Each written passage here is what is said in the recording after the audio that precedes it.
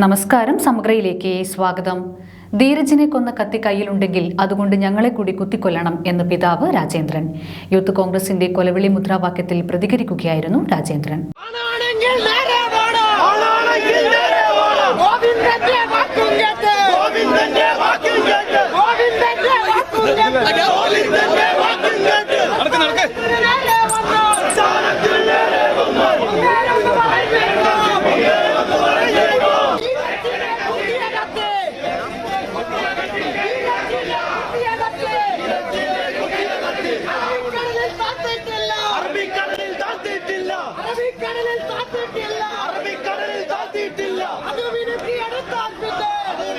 മലപ്പട്ടത്ത് youth Congress നടത്തിയ കൊലവിളി മുദ്രാവാക്യത്തിൽ പ്രതികരണവുമായി ഇടുക്കി എഞ്ചിനീയറിംഗ് കോളേജിൽ കൊല്ലപ്പെട്ട ധീരജിന്റെ പിതാവ് രാജേന്ദ്രൻ.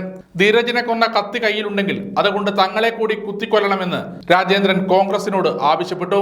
3.5 വർഷമായി വേദനയിൽ കഴിയുന്ന കുടുംബത്തെ ഓരോന്ന് പറഞ്ഞ് കോൺഗ്രസ് വീണ്ടും കുത്തിനോവിക്കുകയാണെന്നും അദ്ദേഹം പറഞ്ഞു. വർഷത്തിലധികമായി ഞങ്ങൾ അനുഭവിക്കുന്ന വേദനയും ദുഃഖവും സങ്കടവും അതിനൊന്നുകൂടി അവർ ഓർമ്മപ്പെടുത്തിക്കൊണ്ട് വീണ്ടും ഞങ്ങളുടെ ഹൃദയത്തെ മുറിവേൽപ്പിക്കുന്ന രീതിയിൽ ഇക്കഴിഞ്ഞ ദിവസം മലപ്പട്ടത്ത് നടന്ന ഒരു പ്രകടനത്തിൽ ധീരജിനെ കുത്തിയ കത്തി അവരുടെ കയ്യിലുണ്ട് എന്ന പ്രകോപനപരമായ പ്രകടനം അവർ നടത്തുകയുണ്ടായി.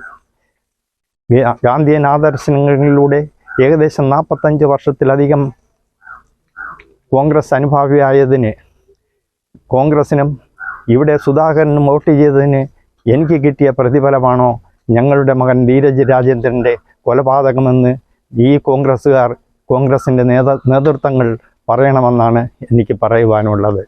മാത്രമല്ല, ഇവരുടെ കയ്യിൽ ധീരജിനെ കുത്തിയ കത്തിയുണ്ട് എന്ന് പറയുന്നുവെങ്കിൽ ആ കത്തി കൊണ്ട് ഞങ്ങളെ കൂടി, ഇവിടെ ജീവച്ഛവമായി ജീവിക്കുന്ന 3 ജീവനുകളെ കൂടി ഇവർ കുത്തി കൊലപ്പെടുത്തണമെന്നാണ് ഈ കോൺഗ്രസിനോടും കോൺഗ്രസിൻ്റെ നേതൃത്വത്തോടും എനിക്ക് വേദനയോടെ സങ്കടത്തോടെ പറയുവാനുള്ളത്.